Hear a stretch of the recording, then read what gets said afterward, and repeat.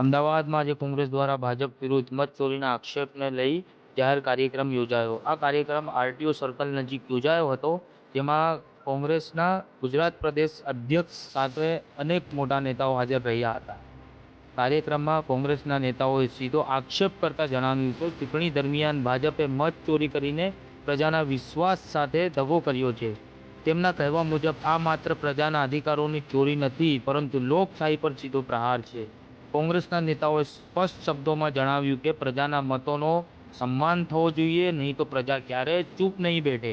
આ કાર્યક્રમમાં અંદાજે 5000થી વધુ લોકો ઉપસ્થિત નોંધાવી હતી. લોકોમાં ભારે ઉત્સાહ જોવા મળ્યો અને સૌએ એક સ્વરમાં મત ચોરી સામે અવાજ ઉઠાવવાનો સંકલ્પ કર્યો.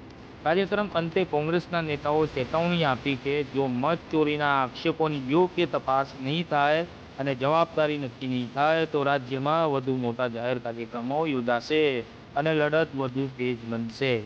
હાલનો કાર્યક્રમ શાંતિ રીતે પૂર્ણ થયો, પરંતુ કોંગ્રેસના નેતાઓના આક્ષેપો બાદ ગુજરાતની રાજનીતિમાં ગરમાવો જોવા મળ્યો છે.